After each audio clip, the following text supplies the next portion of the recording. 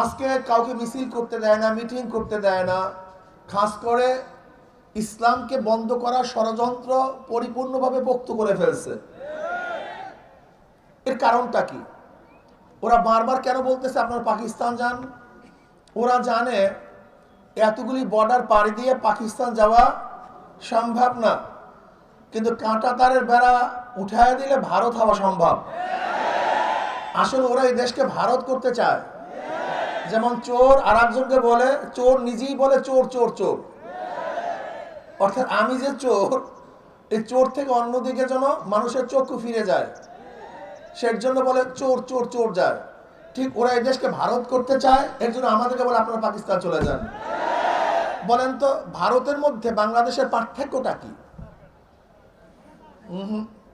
সংবিধানের, ভারতের সংবিধানের মধ্যে 4টা মূলনীতি: সমাজতন্ত্রবাদ, জাতীয়তাবাদ, গণতন্ত্রবাদ, ধর্মনিরপেক্ষবাদ। আমাদের 72-এর সংবিধানেও একই মূলনীতি। ওদের অপসংস্কৃতি, আমাদের দেশেও অপসংস্কৃতি। ওরা ইসলামকে পছন্দ করে না, আমাদের দেশে কিছু মানুষ ইসলামকে পছন্দ করে না। তাহলে পার্থক্যটা কোথায়? পার্থক্য হল ইসলাম। ওদের দেশ ইসলামিক নয়, আমাদের দেশ ইসলামিক। এখন যদি ইসলামিক শব্দটা তুলে দেওয়া যায়, তাহলে ভারতের মধ্যে আমাদের কোনো পার্থক্য থাকবে না। এর জন্যই ওরা ইসলামের উপরে ক্ষিপ্ত হয়েছে।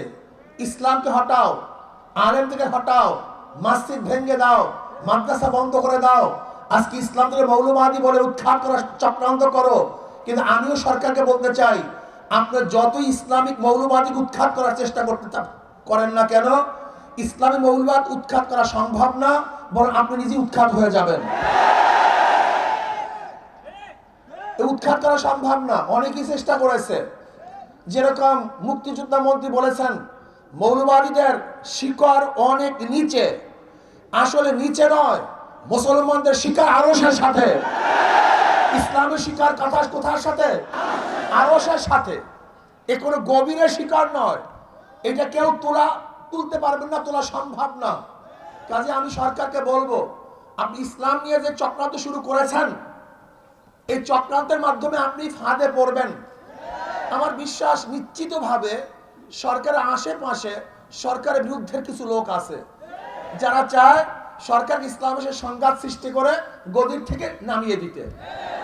এইটা চাইতেছে। কিন্তু আমি বলবো, আপনার সুবুদ্ধি উদয় হোক, ইসলামকে ধ্বংস করার চক্রান্ত করবেন না, আলেম ওলামাদেরকে রুখে দেওয়ার চক্রান্ত করবেন না। আজকে মাহফিল বন্ধ যে ষড়যন্ত্র করতেছেন, এই ষড়যন্ত্র বন্ধ করুন। এদেশে মাহফিলের অনুমতি দিয়ে দেন। ওলামা ইকরামের রাজনীতি করার অনুমতি আছে, ওলামা ইকরাম বুক ফুলিয়ে হাঁটার অধিকার আছে। বরং ওলামা ইকরাম যতদিন থাকবে এই দেশ থাকবে, ওলামা ইকরাম থাকবে না, দেশও থাকবে না। কাজে আল্লাহ পাক আমাকে এবং আমাদের সবাইকে ইসলাম অনুযায়ী দেশ চালাবার তৌফিক দান করেন।